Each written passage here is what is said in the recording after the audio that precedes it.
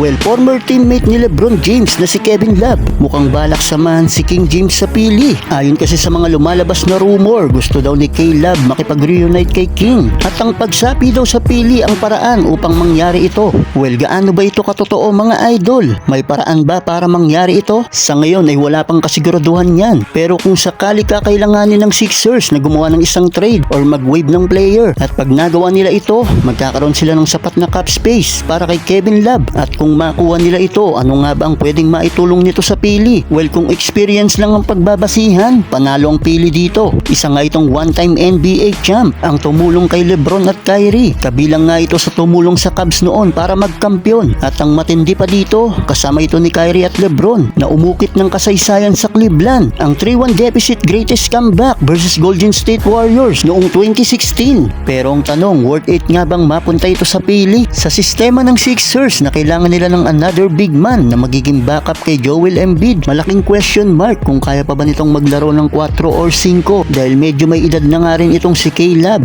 Alam naman natin na ang 82 games grind ay napakahabang ilog para tawirin. Kailangan na may malalakas kang player at sentro na dedepensa na kayang makipagbanggaan sa ilalim, dahil kung hindi, tatangayin ka ng agos hanggang mapunta ka sa ilalim. Kung chemistry lang ang pag-uusapan, madaling magkakaamuyan si LeBron at K-Love dahil sa Cavs pa lang noon ay nakita na natin ang mga kaya nilang gawin. Pero ibang usapan na ngayon, aminin man natin o hindi na sila tulad ng dati dahil ang malaki na nilang kalaban sa ngayon ay ang kanilang edad. Ang malaking katanungan sa ngayon ay susugal ba ang pili para kunin si Kevin Love? Magkaroon ba ng another reunion si Love at LeBron dito sa pili? Sa palagay nyo?